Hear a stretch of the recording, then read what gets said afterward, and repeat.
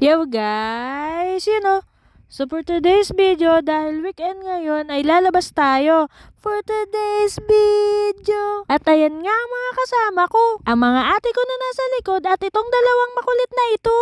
Siyempre si Tito Rainiel ang driver natin for today's video. Tapos ako na nasa passenger seat.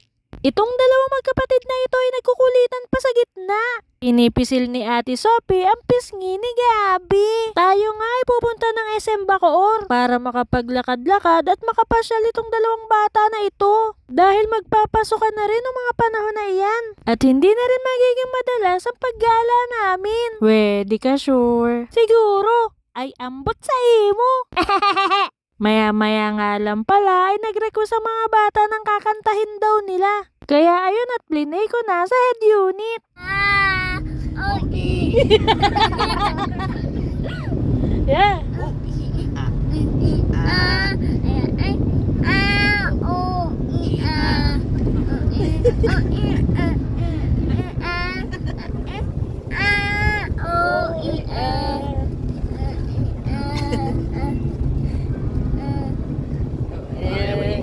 Andyan na?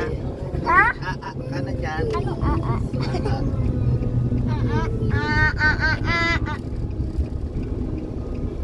Ay, no-comment. Ano yung pali? Ito na ginagawa ni Gabi. What are you doing?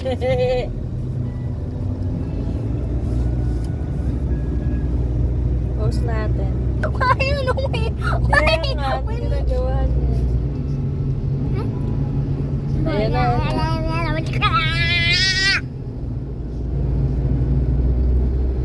Ba? Wala na, tapos na yun. Daram. Maya-maya nga lang pala, ay nandito na kami sa Tom's World. At naglalaro na sila ng Jurassic Park. Kaso mali nang ginagawa si Ate Malin. Dahil imbis na tulungan niya ang mga tao, ay tinutulungan niya ang mga dinosaur.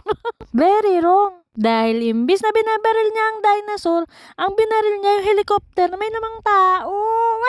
Oh my gulay. Kaya ayun, ang nagtutuloy na lang maglaro ay si Rainiel. Na-stop na tuloy siya. Pero okay lang dahil wala namang kalam-alam sila Ate Sophie at Gabi. Mas okay lang sa kanilang dalawa na manood. Hindi ko sila masyadong nakukuhanan sa loob kaya lumipat na ako dito sa kabila. Nung kinukuhanan ko sila dito ay dito ko lang napansin na si Rainiel na lang pala ang naglalaro. Maya-maya nga lang pala ay nagutom na rin kami. Kaya umakyat na kami sa food court at umorder ng aming mga kakainin. Ito nga pala yung sa akin, kimbab. Habang ini-edit ko to ay natatakam na naman ako. Hindi ko pala nasabi kanina na habang nandun kami sa Tom's World ay nakabunot si Rainiel ng stop toy sa claw machine. Pamali-mali na ako. Ayun nga, dumating na rin ang kanilang mga in-order. Puro sila inihaw na pusit. At ako lang ang naiiba. Ay, pati rin pala si Ate Sophie dahil yung kanya mozzarella stick.